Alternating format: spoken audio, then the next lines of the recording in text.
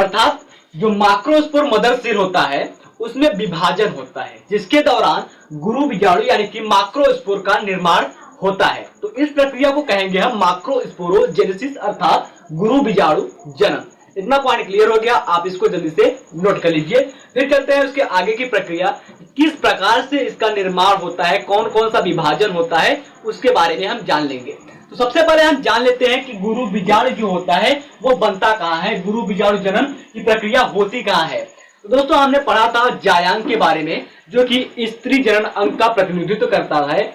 उसमें हमने पढ़ा था अंडाशय के बारे में, ठीक है, हमने पढ़ा था अंडाशय के बारे में। अंडाशय के अंदर पाया जाता है बीजांड,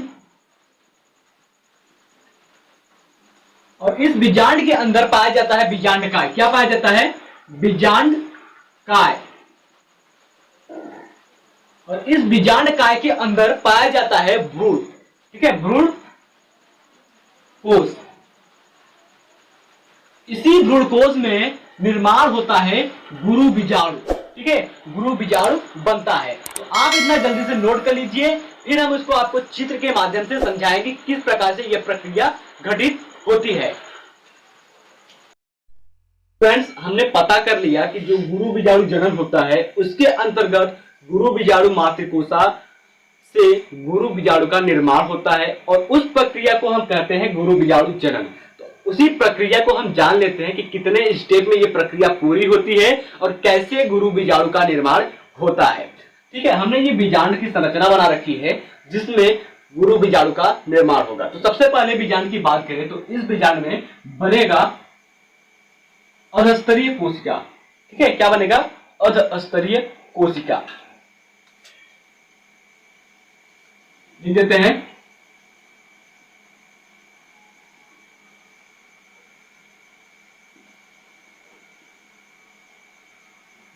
अधस्तरीय कोशिका का निर्माण होगा। अब दोस्तों ये जो अधस्तरीय कोशिका है इसमें कोशिका विभाजन होगा। कौन सा विभाजन होगा? कोशिका विभाजन होगा, कोशिका विभाजन। अब कोशिका विभाजन के दौरान ये कोशिका दो बराबर कोशिकाओं में बढ़ जाएगी। एक कोशिका चला जाएगा निभाग की तरफ जिसे हम बीजाणु जनन कोशिका कहेंगे। क्या कहेंगे? बीजाणु जनन कोशिका।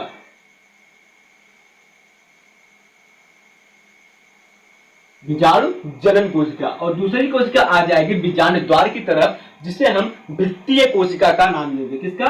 भित्तीय कोशिका।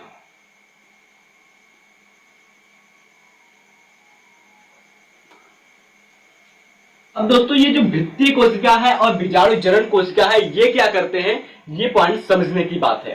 देखिए ये जो भित्तीय कोशिका है वो इसी बीजांड में समाहित हो जाएगी यानी कि रह जाएगी, लेकिन ये जो बीजाणु जनन कोशिका है वो क्रियाशील होगी, वो आगे की प्रक्रिया को करेगी। कैसे करेगी?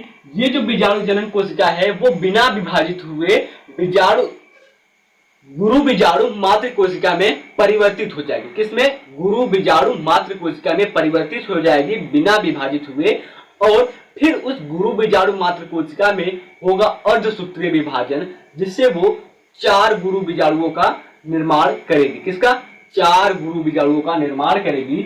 इस प्रकार से कुल 4 गुरु बीजाणु बनेंगे जिसमें से एक गुरु बीजाणु क्रियाशील होगा, बाकी के 3 गुरु बीजाणु जो होंगे वो नष्ट हो जाएंगे, गायब हो जाएंगे। इस प्रकार से वो नष्ट हो जाएंगे और बचा हुआ एक बीजाणु जो होगा वो क्रियाशील होगा।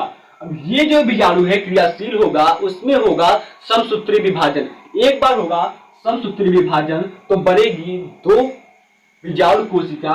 वो एक कोशिका हो जाएगा निभाग की तरफ और दूसरी कोशिका आ जाएगी आपका बीजांड द्वार की तरफ, ठीक है, जो इसमें एक बीजाणु क्रियाशील है। फिर इस कोशिका में होगा समसूत्री विभाजन यानी कि ये एक कोशिका पुनः 2 कोशिकाएं बढ़ जाएगी और नीचे की जो एक कोशिका है वो पुनः 2 कोशिकाएं बन जाएगी। ओवरऑल दैट यानी कि इस प्रकार से इस बीजांड में 4 कोशिका का निर्माण हो जाएगा, ठीक है।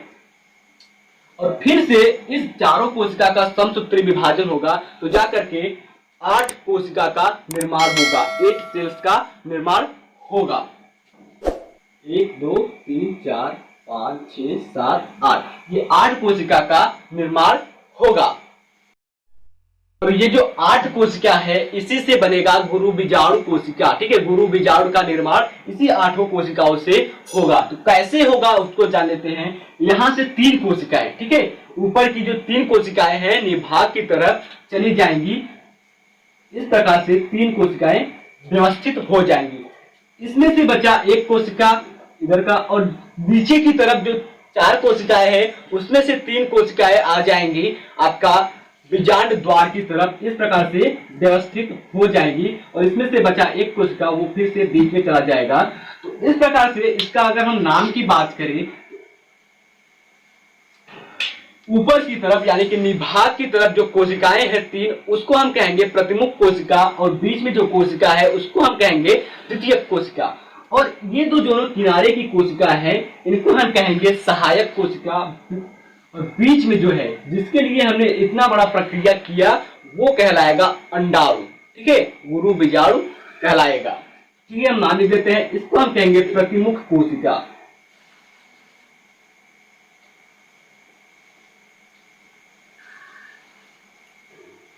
द्वितीय केंद्रक,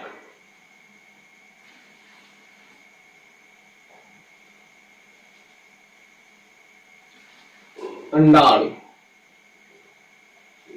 और ये जो दोनों कोशिका है वो सहायक कोशिका कहलाएगी।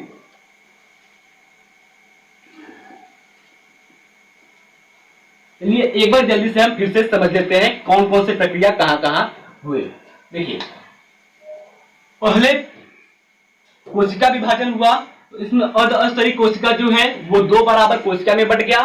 पहला बना बीजाणु जनन कोशिका, दूसरा बना वृत्तीय कोशिका। जो वृत्तीय कोशिका है इसी बीजांड में समाहित रह गया, और जो बीजाणु जनन कोशिका है वो आगे गया, बिना विभाजित हुए मदर सेल बनाया, यानी कि गुरु बीजाणु मात्र कोशिका का निर्माण किया। अब वही गुरु बीजाणु मात्र कोशिका जो है उसमें 4 अर्धसूत्री विभाजन हुआ, तो वो 4 कोशिका का निर्माण किया, जिसमें से 3 कोशिका जो है वो नष्ट हो गई। शेष बचा एक कोशिका क्रियाशील है, इसमें अर्धसूत्री विभाजन हुआ था, इसको हम लिख देते हैं। बीजाणु जनन जो कोशिका है उसमें बिना विभाजन हुए गुरु बीजाणु मात्र कोशिका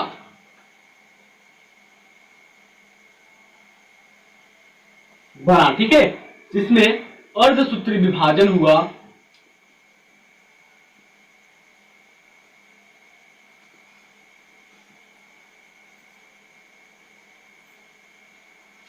जिससे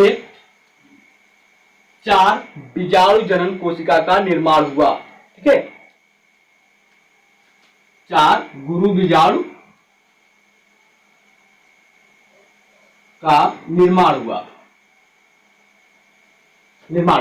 अर्धसूत्री विभाजन के दौरान। तो ये 4 गुरु बीजाणु कोशिका का निर्माण हुआ, जिसमें से 3 नष्ट हो गए, शेष बचा एक, वो क्रियाशील होगा, जिसमें समसूत्री विभाजन होगा। कौन सा विभाजन होगा?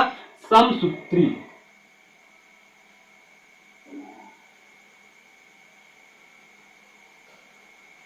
समसूत्री विभाजन हुआ, तत्पश्चात 2 कोशिका बनी। एक कोशिका विभाग की तरफ चली गई, दूसरी कोशिका आपका आ गया बीजांड द्वार की तरफ, और पुनः इसमें समसूत्री विभाजन हुआ। क्या हुआ? समसूत्री विभाजन। पुनः समसूत्री विभाजन हुआ तो ये 2 कोशिका आपस में विभाजित होकर के 4 कोशिका बना ली, जिससे कि 2 कोशिका चली गई विभाग की तरफ और 2 कोशिका बीजांड द्वार की तरफ चली आई, और इस 4 कोशिका में फिर से समसूत्री विभाजन हुआ तो बन गई 8 कोशिका।